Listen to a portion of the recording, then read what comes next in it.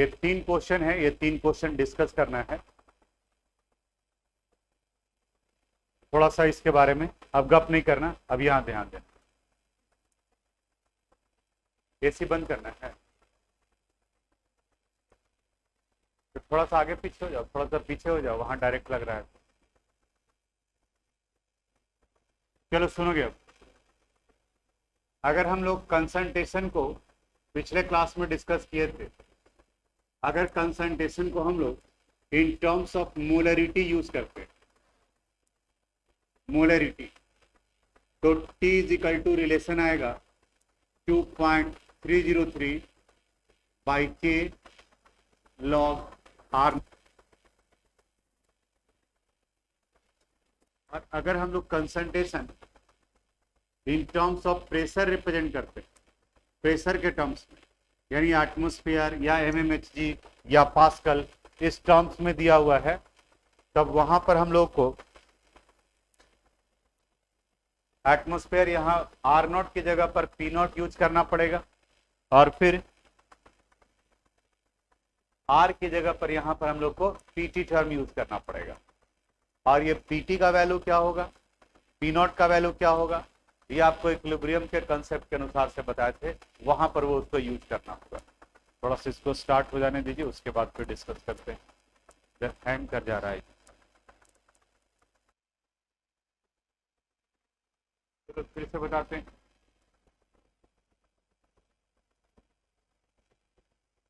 अगर concentration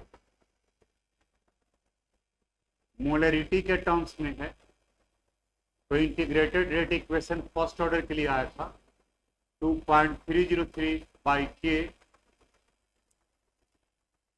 R0 by R। और अगर concentration in terms of pressure आता है, तब यहां हम लोग लिखते हैं 2.303 बाई के P0 बाई PT। यहां पर P0 ये रिप्रेजेंट करेगा इनिशियल प्रेशर को, इनिशियल प्रेशर, और PT रिप्रेजेंट करेगा प्रेशर आफ्टर टाइम T, यानी उतने समय के बाद में प्रेशर का वैल्यू क्या होगा उस पर डिपेंड करता है। कुछ एक पार्ट डिस्कस किए थे, कई लोग एब्सेंट थे, इसलिए यहां थोड़ा देखो। जैसे अगर A है और ये कन्वर्ट कर रहा है B और C में, तो अगर हम लोग इनिशियल प्रेशर निकालें, इनिशियल प्रेशर जो वैल्यू दिया हुआ, अगर मान ली कि इनिशियल प्रेशर को P से रिप्रेजेंट किया तो यहाँ पर P रख दिए, 0.5 है तो 0.5 रख देंगे।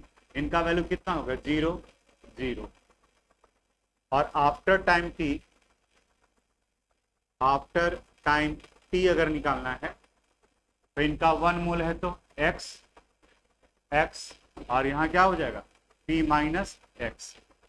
अब अगर टोटल प्रेशर निकालते हैं तो इनका भी सम, इनका भी सम और इनका भी सम, यानी ये वैल्यू हो जाएगा P minus X plus X plus x.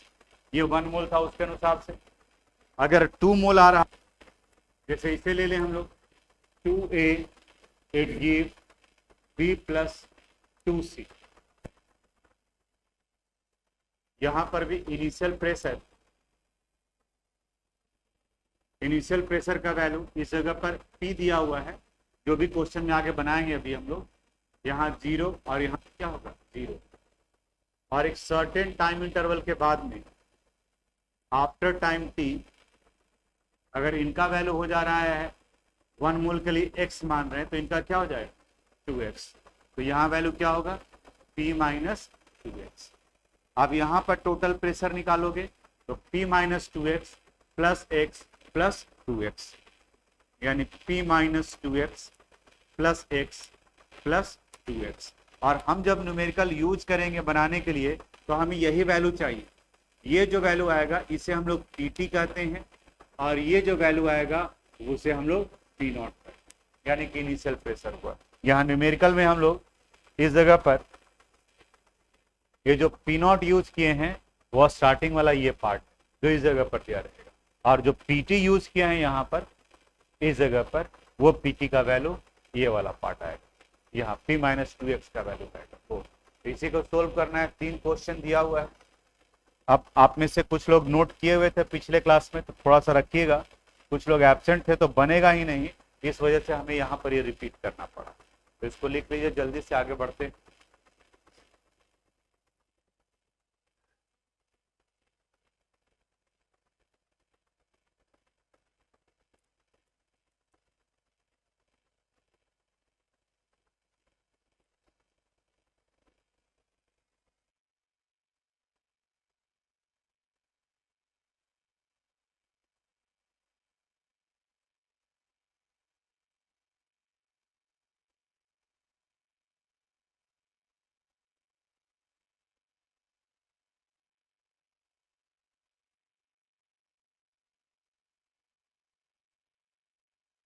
Integrated rate methods in terms of partial pressure, यानी कि कंसंट्रेशन जब पार्शियल प्रेशर के टर्म्स में दिया हुआ, प्रेशर के टर्म्स में दिया हुआ है, तो इसे सोल्व करना है। थोड़ा देख लो यहाँ,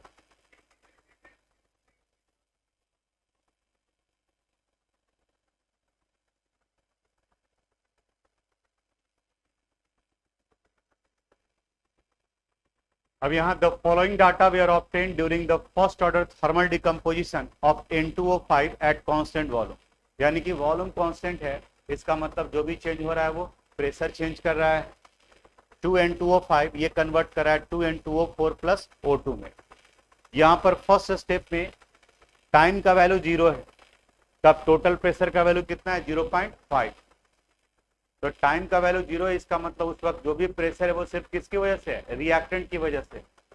और जब 100 सेकेंड हो रहा है तब ये टोटल प्रेशर का वैल्यू आ गया 0.512।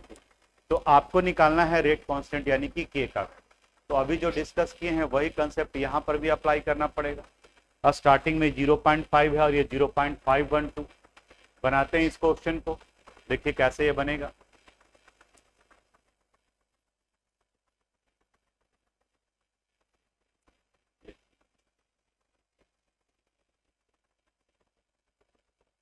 पहले ये क्वेश्चन है, ये आना चाहिए यहाँ पर, अब इसके बाद दूसरे वाले पेज पर ये आना चाहिए।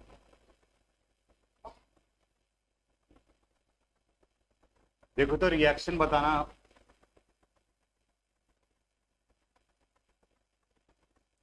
टू N2O5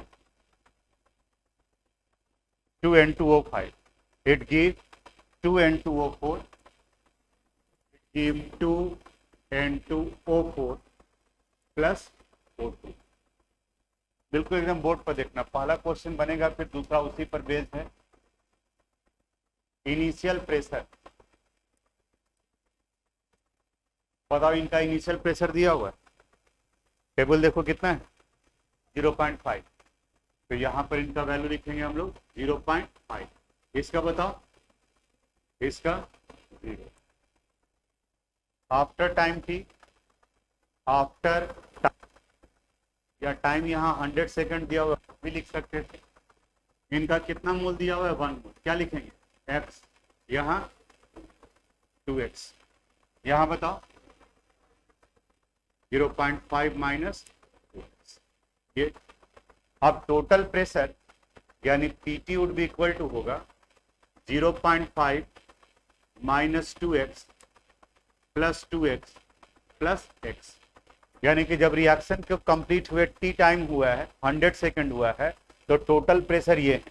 और क्वेश्चन में टोटल प्रेशर का वैल्यू भी दिया हुआ है, कितना है 0.512। तो यहाँ PT की जगह पर वैल्यू लिखेंगे हम लोग 0.512, यहाँ माइनस 2x और प्लस 2x कैंसिल हो गया, क्या बचा 0.5 plus x। Therefore x would be equal to 0.512 minus 0.5। बताओ कितना आ जाएगा वैल्यू 0.012। ये किसका वैल्यू आया, x का वैल्यू आया। Therefore PT, ये PT का वैल्यू कितने के बराबर में है 0.5 माइनस 2x, यानी 0.5 माइनस 2 इंटू 0.012, 0.5 माइनस 0.024, बताओ कितना आ जाएगा वैल्यू? 0.476 यूनिट। अगर देना चाहें तो यहाँ पर देखिए किस तरह टर्म्स में, एटमॉस्फेयर में, तो जो यहाँ एटमॉस्फेयर में है तो इस जगह पर भी वैल्यू कितना लिखेंगे हम लोग? एटमॉस्फेयर। बताओ तो पी नॉट का वैल्यू दिया हुआ है, कितना था? 0.5 एटमॉस्फेयर, जो हम लोग स्टार्टिंग में लेकर के चले थे। तो पी नॉट पता चल गया, पीटी पता चल गया, और टाइम का वैल्यू इस क्वेश्चन में कितना दिया हुआ? 100 सेकेंड। और किसका वैल्यू निकालने के लिए कर रहा है? के का। निकल जाएगा। अब यहां पर इंटीग्रेटेड रेट मेथड यूज करेंगे। Now K would be equal to 2.303 by T log P naught by P T, यानी 2.303 divided by 100 log P naught की जगह पर क्या लिखेंगे? 0.5, और इनकी जगह पर 0.476। अब तो सिर्फ सोल्व करना है, बन जाएगा। नोट कीजिए।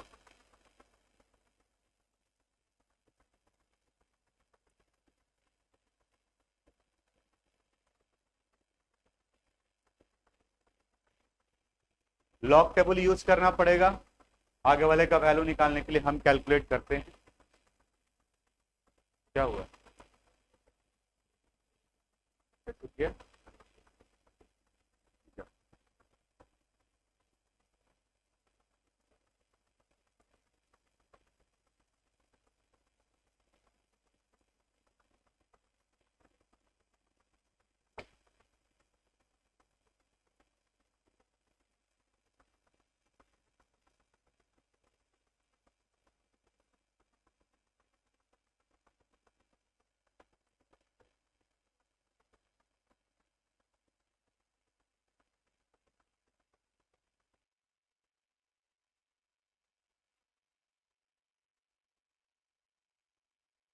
कहाँ छोड़ दी थी मोबाइल?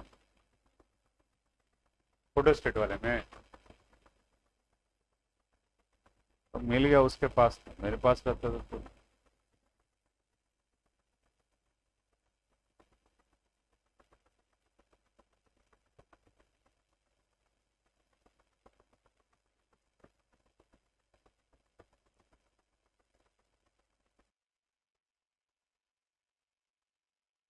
नोट कर लिया आप लोग? चेंज करें स्क्रीन। अब यहां पर ये वैल्यू निकालना है।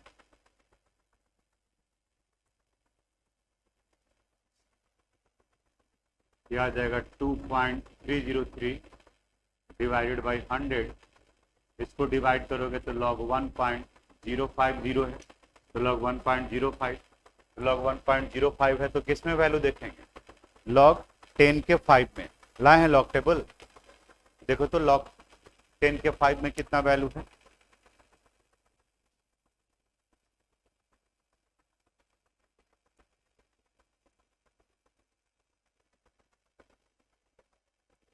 जीरो टू 12,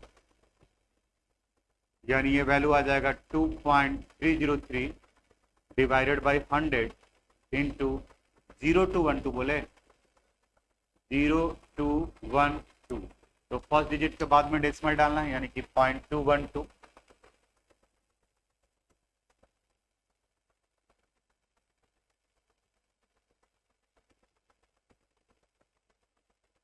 ये वैल्यू आ गया 0.00488, यानी लिख सकते हैं 4.88 इंटू 10 टू द पावर -3। और के है, यूनिट बताओ तो क्या हो जाएगा? के का यूनिट कौन सा ऑर्डर है? फर्स्ट ऑर्डर है, तो फर्स्ट ऑर्डर का यूनिट क्या होगा? Second inverse.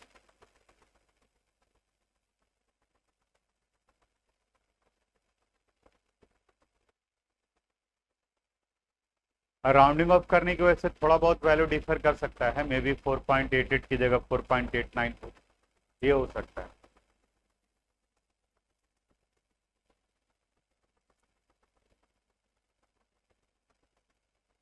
हो गया, चेंज करें। अब दूसरे क्वेश्चन पर आते हैं। ये अभी हम लोग क्वेश्चन सोल्व कर रहे थे एग्जाम्पल का, यानी कि आपके बुक में ये सोल्व क्वेश्चन था 4.6। अब इसके बाद आगे एक्सरसाइज का 2 क्वेश्चन दिया हुआ है जो इसी पैटर्न का है, उस पर आते हैं। ये एक्सरसाइज का क्वेश्चन नंबर 4.20 है, थोड़ा ध्यान से देखो। For the decomposition of azo isopropane to hexane and nitrogen at 543 kelvin the following data are obtained. वहां पर एटमॉस्फेयर में था और यहाँ प्रेशर का वैल्यू किस में, mmHg में। ये एक डिफरेंस है। दूसरा डिफरेंस ये है कि पहले वाले में सिर्फ 2 वैल्यू दिया हुआ था, एक इनिशियल और दूसरा 100 सेकेंड। यहाँ पर ये 3 डाटा दिया हुआ, तो हम लोग को 2 बार में k निकालना पड़ेगा। एक बार में k निकालना होगा 0 और 360 को लेकर के, और दूसरा और 0 और 720। 0 तो लेना ही पड़ेगा, 0 कहने का मतलब P नॉट का वैल्यू, यानी एक बार में इसको लेकर के PT का वैल्यू निकलेगा और दूसरी बार में इनको लेकर के, तो 2k का वैल्यू निकलेगा। तो एक को k1 कहेंगे और दूसरे को k2, और दोनों का एवरेज निकाल लेंगे। तो हालांकि k1 और k2 भी देखोगे तो वैल्यू नियरली इक्वल होगा, क्योंकि k किसको रिप्रेजेंट करता है, रेट कांस्टेंट को रिप्रेजेंट करता है, तो it would be almost identical होना चाहिए, ठीक है। लेकिन 2 डाटा दिया है तो दोनों कंडीशन में निकालना होगा। अब यहाँ पर एक नया कंसेप्ट दिया हुआ है, नया क्वेश्चन में टर्म है एजो आइसोप्रोपेन। इसे समझना हो कि एजो आइसोप्रोपेन कहते किसे हैं। प्रोपेन तो आपको समझ में आ रहा है, यानी कि 3 कार्बन एटम होंगे, और आइसो कहने का मतलब उसमें क्या लगा रहेगा, ब्रांच। एक्चुअली एजो आइसोप्रोपेन ये है CH3 CH CH3 N N, यानी कि यहां पर नाइट्रोजन का एक बॉन्ड उसके लोन पेयर इलेक्ट्रॉन की वजह से बनता है। नाइट्रोजन का 8 ये आउटर मोस्ट में 5 इलेक्ट्रॉन होता है, तो 3 शेयरिंग में भाग ले लिया कोवेलेंट बॉन्ड, और एक लोन पेयर इलेक्ट्रॉन बचा होता है, उसकी वजह से लिंकेज आया है। फिर यहां पर भी आ जाएगा CH CH3 CH3, इसे हम लोग कहते हैं एजो आइसोप्रोपेन। इसी को अगर हम लोग कंबाइंड फॉर्म में लिखें तो देखो, तो यहाँ कार्बन का नंबर कितना है 3, तो इसे C3, हाइड्रोजन का नंबर कितना है 7, H7N2, फिर यहाँ पर आ जाएगा C3H7। यहाँ करा है कि जब इनका डिकम्पोजिशन कराया जाता है then it result the formation of hexane, यानी C6H14, और साथ में क्या बनता है N2। देखो तो इक्वेशन बैलेंस है क्या, कार्बन 3 एंड 3 कितना हो गया 6, 7 एंड 7 14, और ये N2 के फॉर्म में, ठीक है। यानी पहले इक्वेशन दिया हुआ था, यहाँ स्टेटमेंट है, तो पहला काम कर लिया हम लोग इक्वेशन, और जब ये इक्वेशन में कन्वर्ट कर लिया तो अब इसके बाद में बाकी का क्वेश्चन हम लोग सोल्व कर सकते हैं यहाँ से डाटा सेपरेट करके।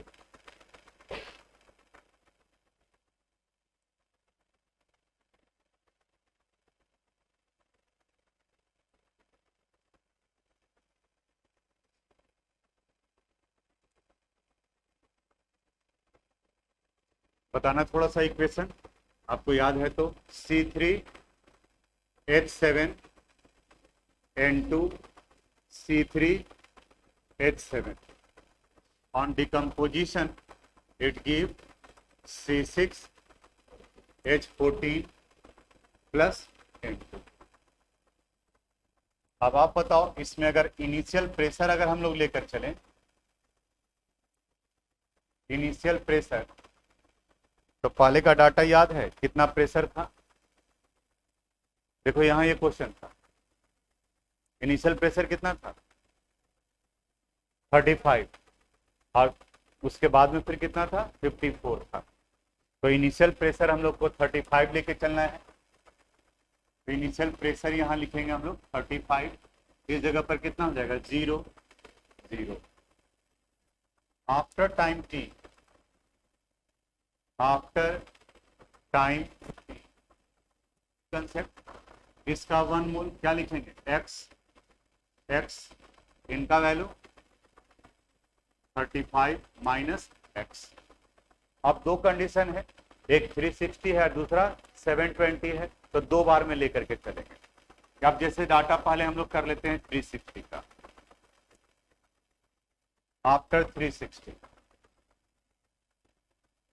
After 360 second. अब यहाँ पे टोटल प्रेशर निकालेंगे तो रिलेशन तो यही है 35 minus X plus X plus x. Total pressure यहाँ पर कितना है, कितना दिया हुआ है 54। तो यहाँ लिखेंगे हम लोग 54 would be equal to minus X, X cancel हो गया 35 plus X, therefore X would be equal to 54 minus 35। कितना आएगा वैल्यू, ठीक, ये एक्स का वैल्यू है।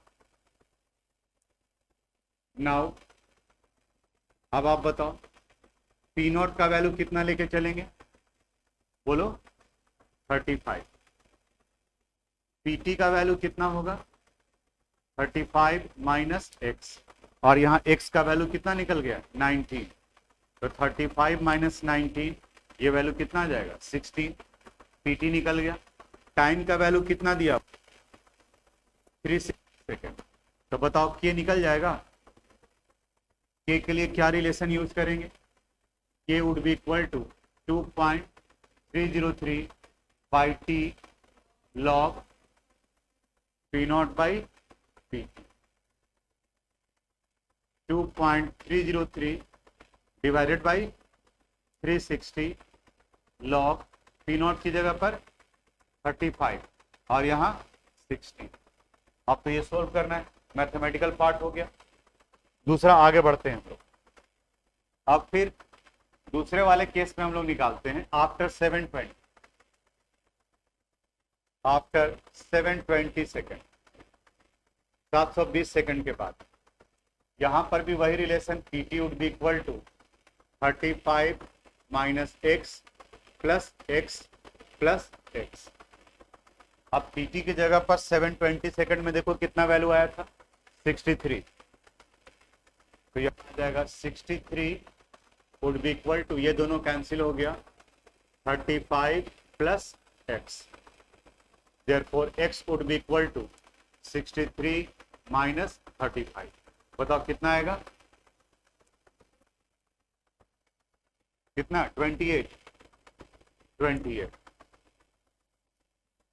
नाउ जब वो x का वैल्यू निकल गया, नाउ अब इस कंडीशन में पी नॉट का वैल्यू 35, पीटी का value 35 minus x, 35 minus 28 value कितना आएगा 7।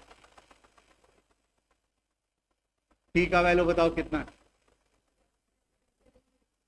720 सेकेंड। किसका वैल्यू निकालना है के का। तो यहाँ पर क्या आ जाएगा 2.303 by T log P naught by P T. Value put कर देते हैं 2.303 divided by 720 log P naught की जगह पर 35 बाई 7, यानी कि लॉग 5 आ जाएगा। ठीक है, एक स्टेप और बढ़ ही जाते हैं 2.303 डिवाइडेड बाई 720 लॉग 5। अब दोनों जगह पर के लिखेंगे तो कंफ्यूजन होगा, तो इसलिए यहां पर जो के निकला है इसको हम लोग कर देते हैं K1, और यहां पर जो के निकाल रहे हैं इसे कर देते हैं K2। जब K1 और K2 ये दोनों सॉल्व हो जाएगा तो फिर फाइनल हम लोग जब के का वैल्यू निकालेंगे तो के वुड बी इक्वल टू आ जाएगा K1 प्लस K2 बाई, यानी कि ये क्वेश्चन 3 स्टेप में जाकर के बनेगा। फर्स्ट स्टेप में हम लोग के का वैल्यू निकाले जब टाइम 360 था, दूसरे स्टेप में निकाले जब टाइम 720 था, और दोनों के का एवरेज निकाल लिए तो फाइनल के का वैल्यू होगा। समझ में आया? नोट कीजिए।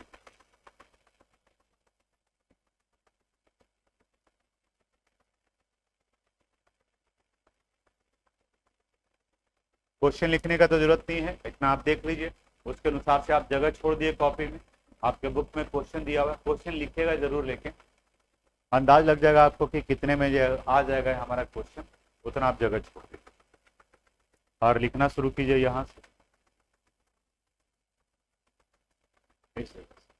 लिखिए।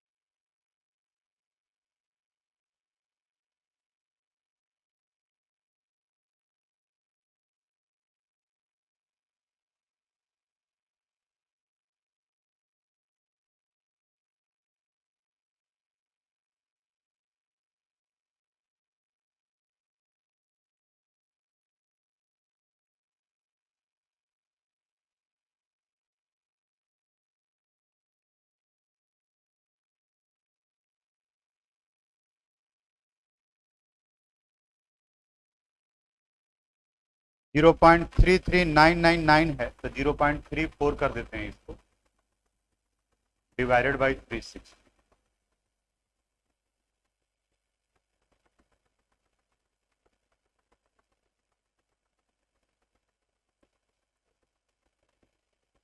ये वैल्यू आ गया 0.00217 इसको यहीं छोड़ देते हैं। ये वैल्यू निकल गया K1 का। अब इसी तरह से फिर दूसरा वैल्यू निकाल लेंगे हम लोग K2 का।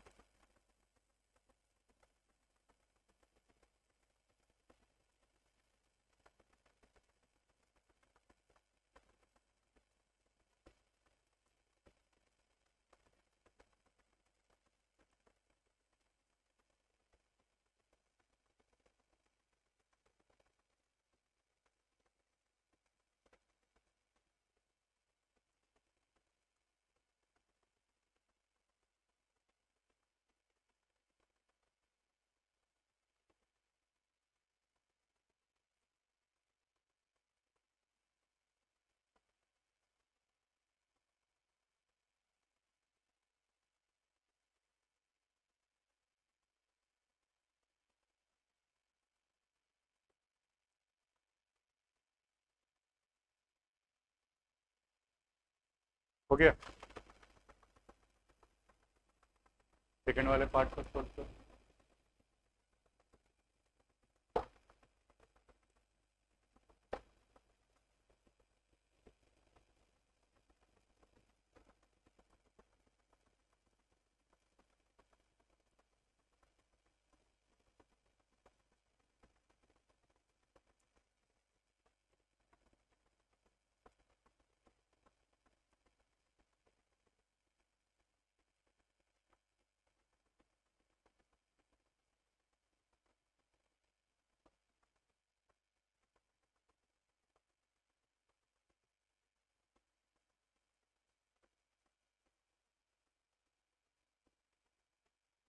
ये भी आ रहा है 0.002235,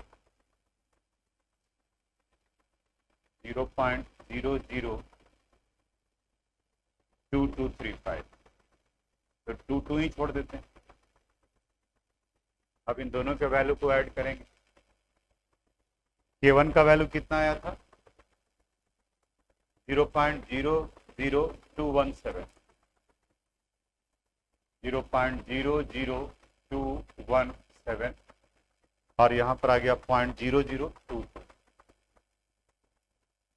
इसे हटाना पड़ेगा थोड़ा सा और उधर।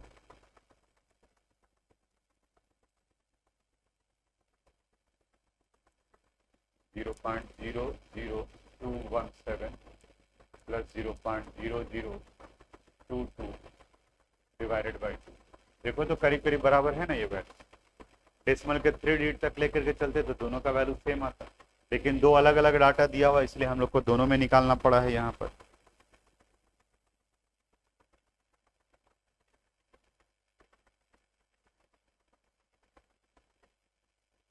Zero point zero zero four three seven 0.00437 divided by 2,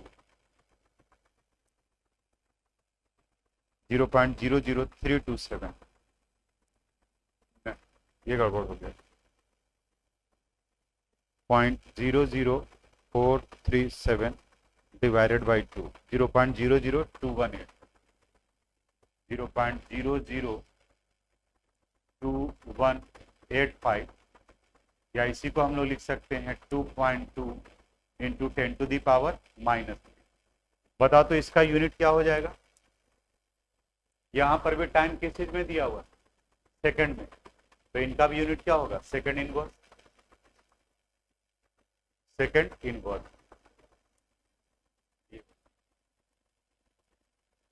second inverse.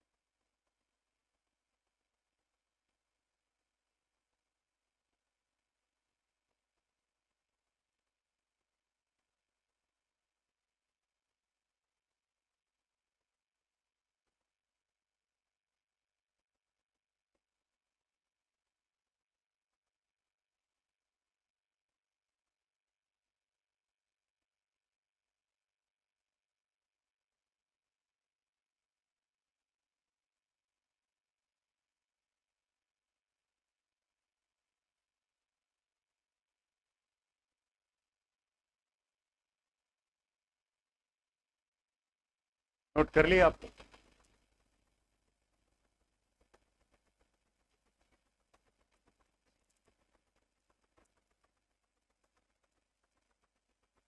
एक और क्वेश्चन, लास्ट क्वेश्चन आपके एक्सरसाइज का है जो इस कंसेप्ट पर है, लेकिन इसमें कुछ डाटा अलग भी दिया हुआ है, कुछ और भी इंफॉर्मेशन चाहिए।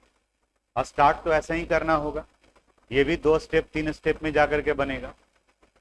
देखो यहाँ दिया हुआ, the following data were obtained during the first order thermal decomposition of SO2Cl2 at a constant volume. Thionyl oxychloride sulphur dioxide और क्लोरीन में टूट रहा है। फर्स्ट वाले में यानी कि जब टाइम 0 है तो 0.5 और 100 सेकेंड पर 0.6। तो अब तो आपको समझ में आ रहा होगा कि P0 कैसे निकलेगा और PT कैसे निकलेगा। टाइम दिया हुआ है 100 सेकेंड, तो आप K का वैल्यू निकाल सकते हो, यानी कि वहां तक करेंगे। इसके बाद करा calculate the rate of the reaction when total pressure is 0.65, यानी कि फिर कह रहा है कि आपको रेट ऑफ रिएक्शन निकालना है जब टोटल प्रेशर का वैल्यू 0.65। तो रेट ऑफ रिएक्शन के लिए फॉर्मूला यूज करना पड़ेगा हमें, rate is equal to K into concentration of reactant. First order kinetics को फॉलो कर रहा है, तो इसलिए कंसंट्रेशन ऑफ रिएक्टेंट का पावर कितना होगा? 1 होगा। तो 3 स्टेप में बनेगा, लेकिन हम चाहते हैं कि आप K का वैल्यू तक तो आप निकाल सकते हैं, वहां तक तो आप कीजिए। देखिए K का वैल्यू तक कैसे निकलेगा, वो इनिशिएट तो करो।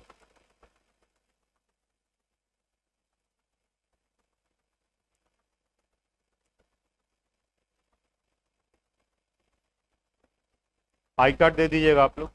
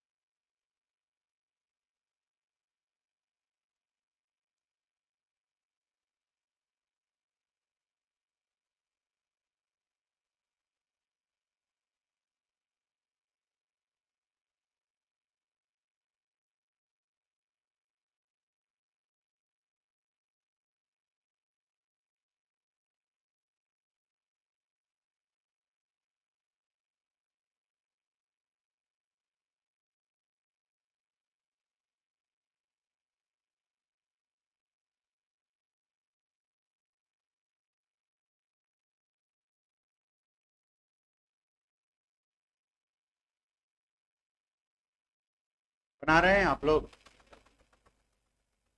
अटेम्प्ट लोगे तभी क्वेश्चन बनेगा, नहीं तो बाकी ऐसे नोट करने के चक्कर तब तो सारा सॉल्यूशन जो है साइड बुक में दिया हुआ है, उससे क्या फायदा। इनिशियल प्रेशर बताओ यहाँ कितना था?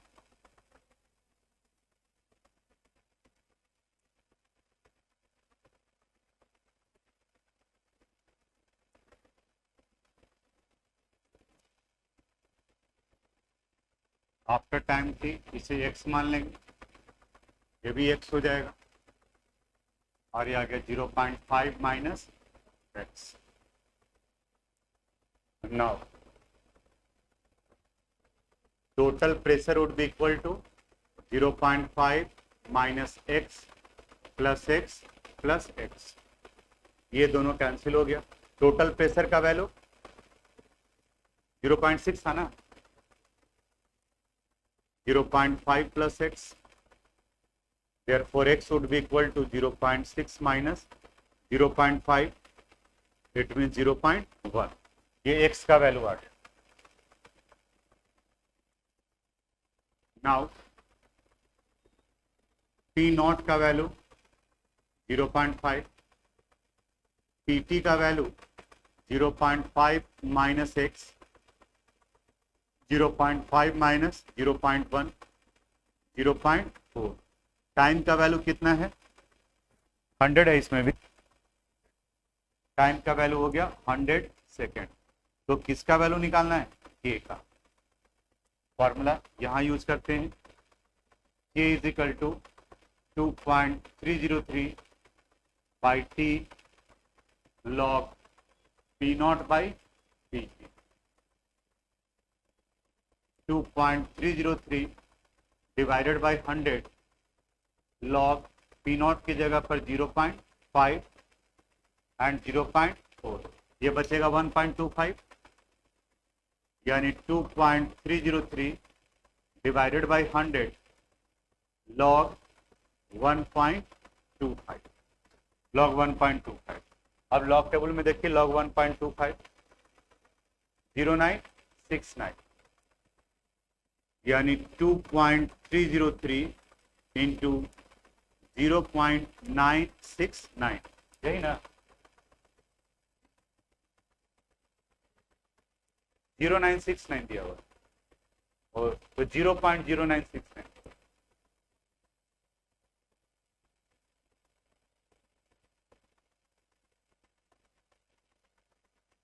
0.0969, क्योंकि यहाँ जो 10 का पावर रहेगा वही डेसिमल के आगे में आएगा, तो 10 का पावर तो यहाँ 0 है, डिवाइडेड बाय कितना कर देंगे 100।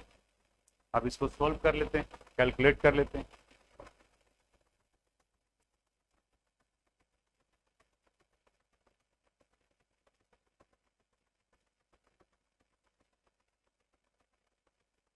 Zero point zero zero double two 0.0022, इतना ही रखते हैं। ये के का वैल्यू आया, इसका यूनिट क्या हो जाएगा सेकंड। पहला काम हो गया, के का वैल्यू निकल गया।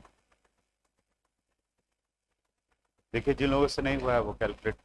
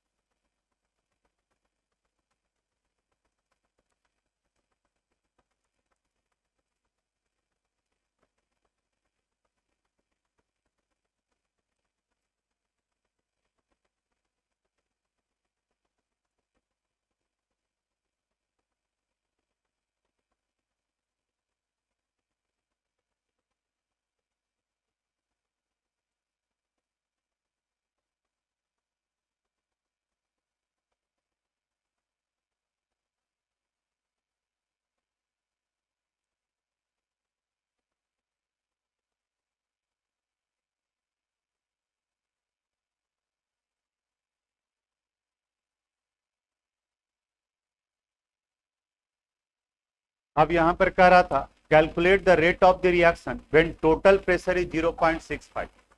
अब एक कंडीशन और दे दिया कि तब आपको प्रेशर रेट निकालना है जब टोटल प्रेशर का वैल्यू 0.65। तो हमें तो टोटल से नहीं मतलब है, हमें तो मतलब है उसका प्रेशर एट दैट टाइम, और इस वाले कंडीशन में टाइम नहीं दिया हुआ है। अगर टाइम दिया हुआ रहता तो फिर हमको एक और के का वैल्यू निकालना पड़ता और वहां करते, लेकिन जब ये नहीं दिया हुआ टाइम तो फिर के तो निकलेगा नहीं, तो हमें सिर्फ यहाँ पर प्रेशर के बारे में बात करना होगा, के का वैल्यू यही यूज करना होगा। आगे नेक्स्ट स्टेप में बात करते हैं हम लोग। Now PT is equal to, जो यहाँ रिलेशन आया वही यहाँ भी यूज करेंगे।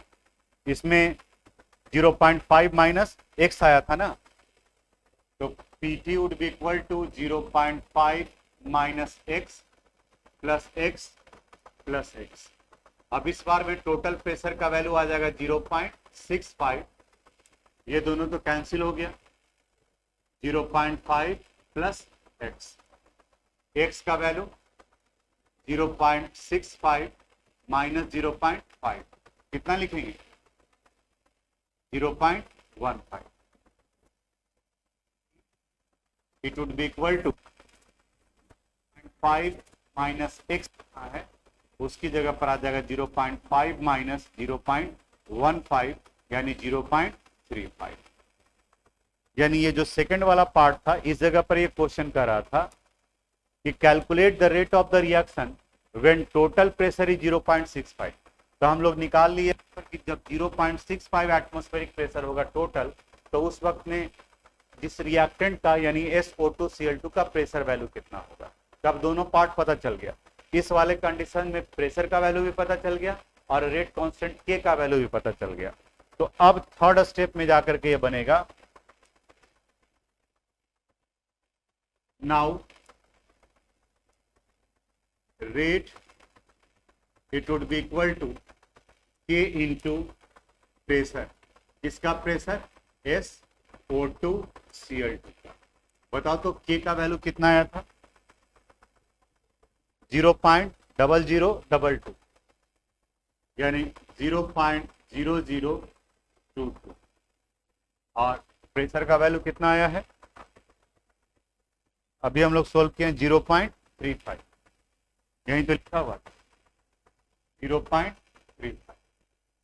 आप इसे सोल्व कर लेंगे, मल्टीप्लाई कर लेंगे, ये रेट का वैल्यू निकल गया।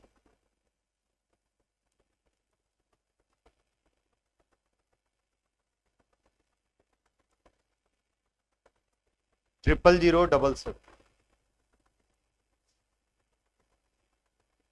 00077 यानी 7.7 इंटू 10⁻⁻⁴।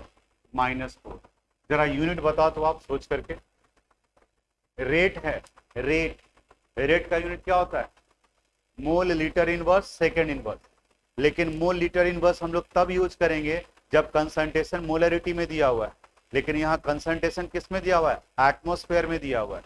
तो मोल लीटर इनवर्स की जगह पर क्या यूज होगा, एटमॉस्फेयर, यानी कि इसका यूनिट हो जाएगा एटमॉस्फेयर सेकेंड इनवर्स।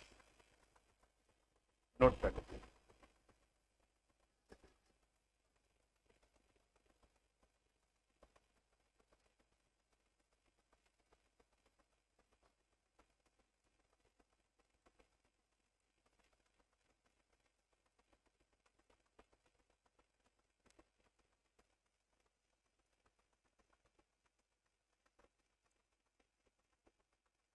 अंशु को समझ में आ रहा है, मैसेज करो तो, या सो गई, बताओ।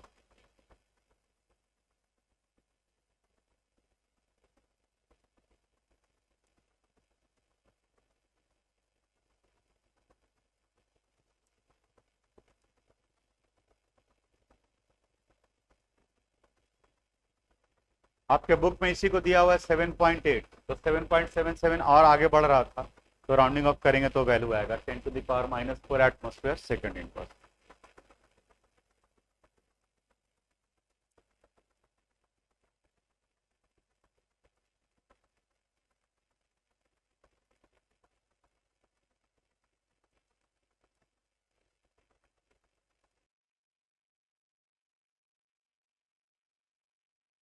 हो गया। तो ये इतना पार्ट इसके न्यूमेरिकल से रिलेटेड था, जिसको हम लोग यहाँ पर सोल्व कर लिए। अब इसके बाद में आगे बढ़ना है हम लोग को थोड़ा सा थ्योरेटिकल पार्ट, फिर आर्हेनियस इक्वेशन, यानी अब हम लोग डिस्कस करेंगे factors affecting the rate of reaction, यानी कि रेट ऑफ रिएक्शन को कौन कौन से फैक्टर्स अफेक्ट करते हैं। एक और टर्म है 1 मार्क्स का क्वेश्चन है pseudo first order reaction. Integrated वाला ये कंप्लीट हो गया, लिखे तो topic pseudo first order reaction.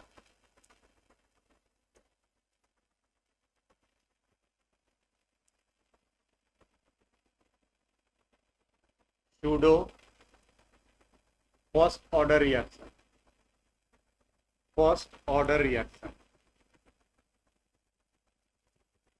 Order reaction.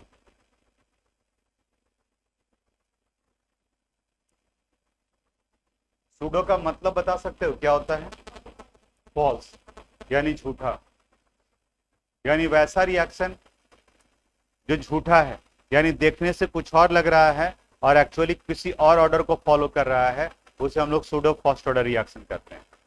Definition यहां पर आता है, the chemical reaction which appear to be of higher order but actually obey first order kinetics, यानी जो देखने से लगता है कि ये हायर ऑर्डर का है, यानी may be 2 order 3 order 4 order का, लेकिन अगर ओबे कर रहा है वो फर्स्ट ऑर्डर काइनेटिक्स को, तो वैसे रिएक्शन को हम लोग सूडो फर्स्ट ऑर्डर रिएक्शन करते हैं। बोर्ड का रिपीटेड है लेकिन 1 मार्क्स का क्वेश्चन है, यानी कि 1 नंबर का। तो सिंपल डिफिनेशन और क्या रखना है याद, एग्जाम्पल लिखिए।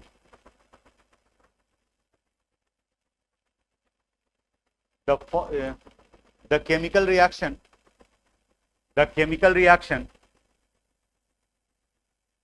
which obey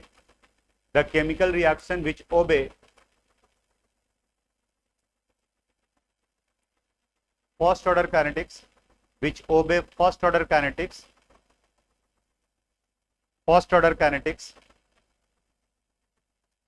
but appear to be of higher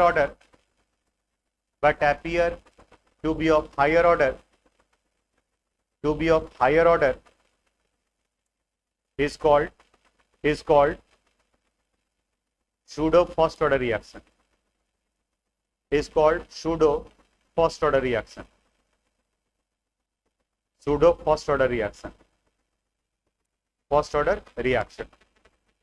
Paragraph change. The hydrolysis of ester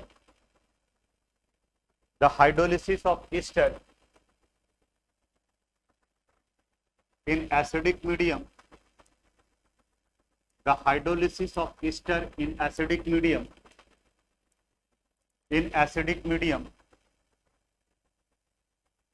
results the formation of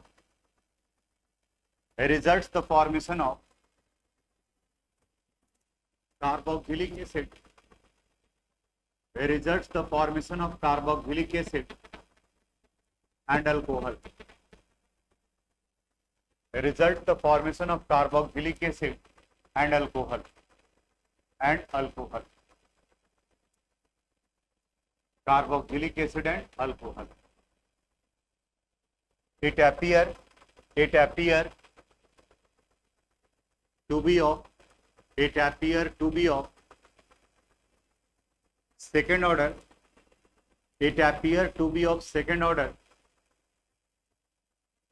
But actually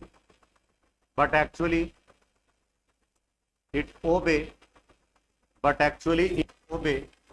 first order kinetics.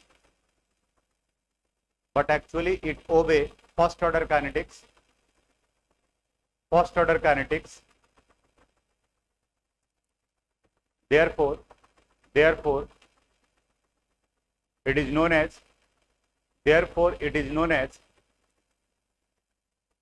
first order reaction.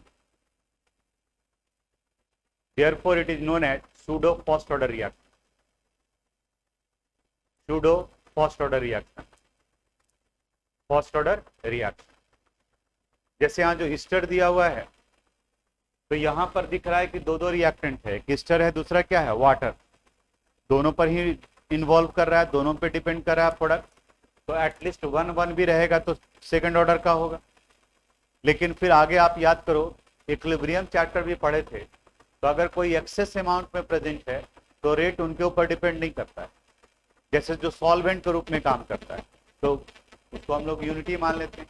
जैसे अगर आप किसी सब्सटेंस को, कार्बन को ही बॉन्ड कर रहे हैं एटमॉस्फेरिक प्रेशर पे खुले में, in the presence of atmosphere, carbon dioxide बनेगा.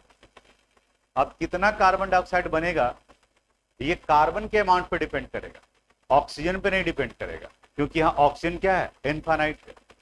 तो जो एक्सेस अमाउंट में हो जाता है रेट उसके ऊपर डिपेंड नहीं करता है, रेट उस पर डिपेंड करता है जो लिमिटेड अमाउंट में होता है. तो जनरली जो कंपोनेंट सॉल्वेंट के रूप में काम करता है उसके कंसंट्रेशन को हम लोग लेस कर देते हैं, यूनिटी मान लेते हैं, 1 मान लेते हैं.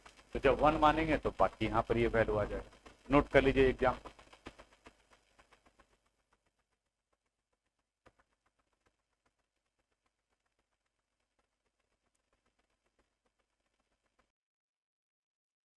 अब इसके बाद हम लोग वो थोड़ा सा थ्योरेटिकल पार्ट कर लेते हैं. जितना क्वेश्चन बनाए हैं ये बोर्ड वर्क भी आपको जो वो सेंड कर दिए व्हाट्सएप में. देखो आने वाले समय में टेक्नोलॉजी बढ़ते जाएगा तो डायरेक्ट टीचर लिख करके एग्जामिनेशन में सेंड कर देगा, आपका काम आसान होता जाएगा. ठीक है, खाली आपको ट्रांसफ़र करना होगा पेमेंट. टीचर काम करेगा तो टीचर को पेमेंट तो करना पड़ेगा. ठीक है, तो उसके अनुसार से यूज करना है. कई लोग तो बेनिफिट उठा भी रहे हैं. 2 साल पहले और अभी के सिचुएशन में एजुकेशन सेक्टर में भी बहुत कब चेंज आया ये. जैसे टेक्नोलॉजी की तरफ में अगर मान लें कि कोरोना नहीं आता तो मे भी हो सकता है कि टेक्नोलॉजी की तरफ में वो नहीं बढ़ते. डिजिटल बोर्ड लगाने का प्लान तो था, ठीक है, 2020 से ही सोच रहे थे कि लगवाएंगे, जब देखे कि हाँ डिजिटल बोर्ड है तो उस कंडीशन। प्रोजेक्टर वगैरह तो ये लगा हुआ था, लेकिन लाइव वगैरह के बारे में इनकार ही करते थे। ऐप वगैरह के बारे में तो आया भी था, पहले भी आया था, हम बोले ना ये सब जरूरत नहीं, लाइव में कहाँ से बच्चा पढ़ेगा। ठीक है, हाँ ये था कि हाँ अगर रिकॉर्डेड रहेगा कुछ तो उस कंडीशन में वो उसके लिए बेनिफिटेड हो सकता है, लेकिन टाइम नहीं निकल पा रहा था कि आप जो वीडियो बनाइएगा। लेकिन पूरा का पूरा लॉकडाउन में उसी से पढ़ाई ही करवाना पड़ा, तो लेकिन एक एसेट हो गया वो, और अभी भी वो यूजफुल है। ठीक है, यानी उस वक्त का किया हुआ मेहनत जो है वो यूजफुल दिखता है। दूसरे लोग भी अप्रिशिएट करते हैं कि नहीं रिवीजन वगैरह करने में जो पहले का जो बना हुआ वीडियो है वो बहुत हेल्प करता है। हम लोग जो फास्ट करके जो देख सकते हैं कुछ छूटा हुआ पार्ट। तो टेक्नोलॉजी तो बढ़ रहा है। अब कुछ लोग जो कई बाहर नहीं जा पाते थे पढ़ने के लिए, ऑनलाइन जुड़ करके बहुत सारे दूसरे प्लेटफॉर्म पर भी जुड़े हुए। जैसे पहले तो मजबूरी थी आप कि पढ़ना है तो जो आपके पास में लोकल अवेलेबल टीचर हैं उन्हीं के पास में आपको पढ़ना पड़ेगा, चाहे जैसा वो पढ़ाएं। लेकिन आज आपके पास में ऑप्शन अवेलेबल, मजबूरी नहीं रह गया आपके पास में कि नहीं हमें केमिस्ट्री पढ़ना है तो स्कॉलर में ही आना पड़ेगा, कोई मजबूरी नहीं है आपके पास में। आज के डेट में तो उतने ही अमाउंट पे करके आपके पास में बहुत सारे प्लेटफॉर्म अवेलेबल। तो कंपटीशन बढ़ता है, और जैसे अगर कंपटीशन बढ़ेगा कहीं पर तो क्वालिटी भी बढ़ेगा, क्योंकि मार्केट में एग्जिस्ट करने के लिए, स्टेबल होने के लिए आपको जो है वो अपडेट रहना पड़ेगा। नहीं तो नेचर का जो रूल है, चार्ल्स डार्विन का जो सिद्धांत दिया हुआ है, आपको रिजेक्ट कर दिया जाएगा। ये हर जगह पर अप्लाई होता है। ठीक है, उसके अनुसार से तो बेनिफिट तो स्टूडेंट्स को है, और पढ़ने वाला इसका बेनिफिट उठा रहा है, और नहीं पढ़ने वाला जो है वो इसका मिसयूज भी कर रहा है। मिसयूज कर रहा है कि गार्जियन से हमको इसी बहाने जो है मोबाइल मिल गया, अब बाकी हम मोबाइल पर आप अपना वीडियो जो है वो देखेंगे। ठीक है, फिजिक्स केमिस्ट्री मैथ बायोलॉजी ये सब कोई सब्जेक्ट है देखने का। ठीक है, जो ये देखेगा ये जिंदगी फिर दोबारा थोड़ी मिलने वाली है। ठीक है, तो ये उस अनुसार से वो करते हैं। तो ये तो आपके ऊपर डिपेंड करता है कि आप किसी भी चीज को किस तरीके से देखते हैं। लिखिए थोड़ा सा, हम इसको कंप्लीट कर लेते हैं। 2-3 पॉइंट है, लिखो जल्दी से टॉपिक। देखिए factors affecting the rate of reaction. Factors affecting the rate of reaction. Affecting the rate of reaction. Rate of reaction. देखिए point wise. First point, concentration of reactant. Concentration of reactant.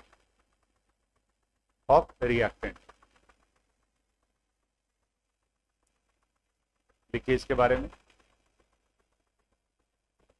generally the rate of reaction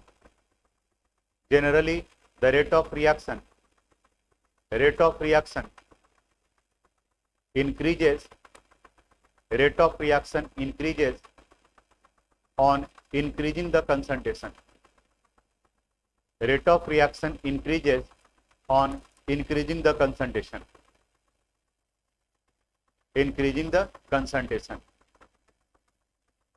And its quantitative relation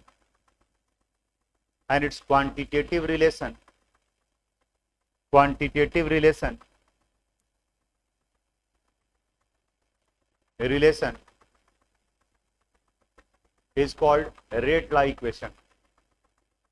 And its quantitative relation is called rate law equation. यानी जिससे हम लोग order of reaction निकाले तो वहां पर concentration of reactant को discuss करते थे। नेक्स्ट लिखो, इसको क्या डाले, इफेक्ट ऑफ कंसंट्रेशन या कंसंट्रेशन ऑफ रिएक्टेंट। तो सेकंड लिखो temperature.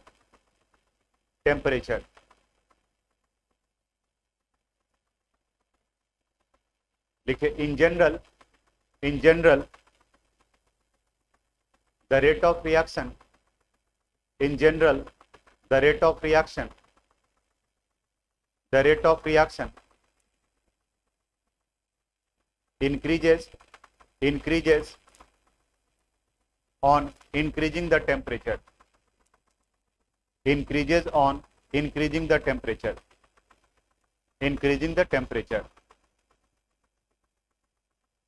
and it become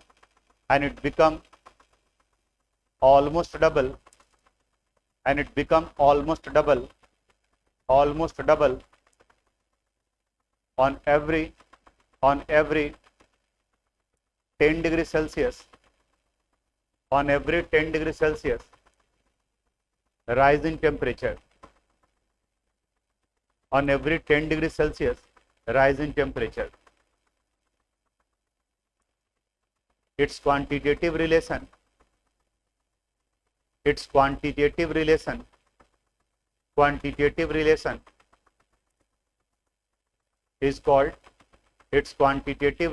called Arrhenius equation. Is called Arrhenius, ARRHENIUS, is called Arrhenius equation, ARRHENIUS, Arrhenius equation, जो कि हम लोग का अगला टॉपिक होने वाला है। यानी कि अगले वाले टॉपिक में हम लोग रेट ऑफ रिएक्शन और टेम्परेचर के बारे में बात करेंगे, ठीक है। और फिर उसी में कैटलिस्ट आ जाएगा, अलग अलग से नहीं है लेकिन कुछ जगह पर दिया हुआ था, तो उसी को मिला करके जो नीचे क्लासेस से था, इसके पहले वाले बैच में बोला तो 1-2 पॉइंट हम आपको भी लिखवा दें। अब अगले क्लास में आर्हेनियस इक्वेशन डिस्कस करेंगे। आ जाइए, जो क्वेश्चन हम लोग यहाँ बनाते हैं उस क्वेश्चन को आप कोशिश कीजिए कि बनाइए घर में फिर से, ठीक है। Thank you. Thanks for watching this video. अगर आपको कोई प्रॉब्लम है, अगर किस तरह का समझने में कोई दिक्कत है, तो आप मुझे मैसेज कर सकते हैं। हम अपनी तरफ से पूरी कोशिश करेंगे उसे रिप्लाई करने के लिए। अगर आपको ये वीडियो पसंद आया हो तो प्लीज़ इसे लाइक करें, सब्सक्राइब करें एंड शेयर करें। Thank you very much.